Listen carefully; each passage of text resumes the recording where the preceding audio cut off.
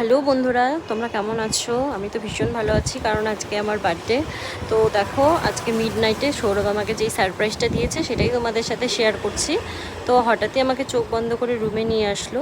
তো যতক্ষণে আমি বুঝে গিয়েছি তার মানে আমাকে মিড নাইট কোনো সেলিব্রেশন করার প্ল্যান করেছে। তো ওর সাথে ওর একটা ফ্রেন্ড ছিল যেই ফটো আর ভিডিওগুলো করে দিয়েছে। তো আমি তো ভীষণই এক্সাইটেড।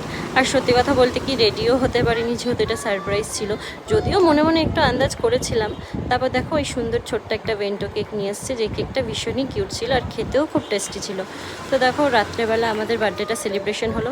আর আমি মনে মনে এটাও জানতাম যে আমার হাজব্যান্ড নিশ্চয়ই আগামীকাল আমার জন্য কোনো প্ল্যান করে রেখেছে।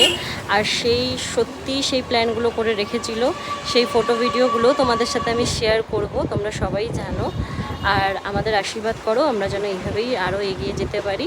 আর দেখো, অবশেষে স্প্রে দিয়ে আমার মুখটা, আর সাথে ছিল এই সুন্দর রোজটা। দেখো, আমাকে পুরো ভূত বানিয়ে দিয়েছে। এইভাবেই আমাদের পাশে থেকো।